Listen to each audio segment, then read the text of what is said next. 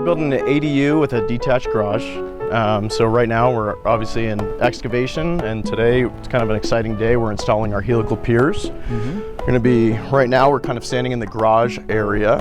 We're going to be installing the 6 of these helical piers spread out, and then through the main house over here, you'll kind of see right where all of the little orange tags are. We're going to be driving these big helical piers into the ground.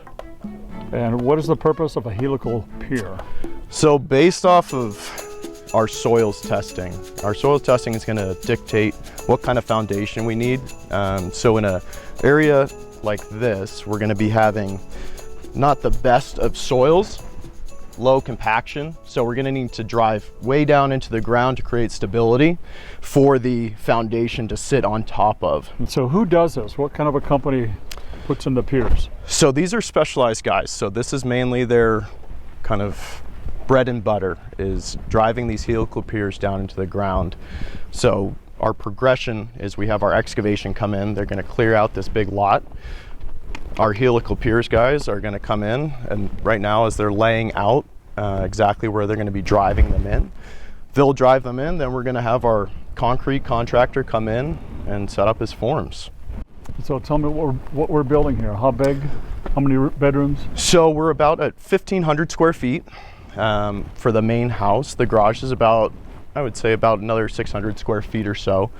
So we're going to be doing about a 1-bedroom, pretty open concept here. We're going to have an office kind of right where you're standing. We're going to have a crawl space below.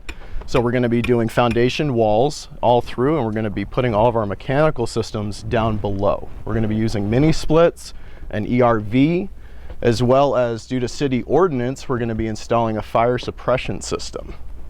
So Connor, this is an owner-builder situation. Why did these people choose the owner-builder approach versus the turnkey, where they get to sit back and let you guys do it all? Yeah, so it's a great opportunity to save a lot of money.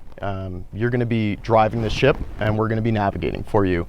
It's kind of the way I always like to explain the owner-builder process. We are there to help navigate through from the permitting process all the way to the final inspection. So we're helping and guiding, but as I said, you guys are going to be driving the boat. So along with saving money, as I previously mentioned, you really get to see the intricacies of what your house is built on. For instance, helical piers. Some are built on footings, caissons, depending on the location of it.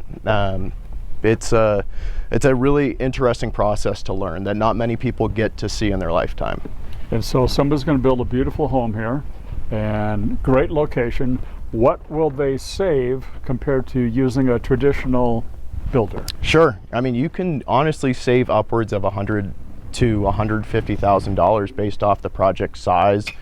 Home of the engineer is actually located right here, and he's actually building this for his parents to, when they come visit from out of state, so they can come see the grandkids and be able to spend time with family.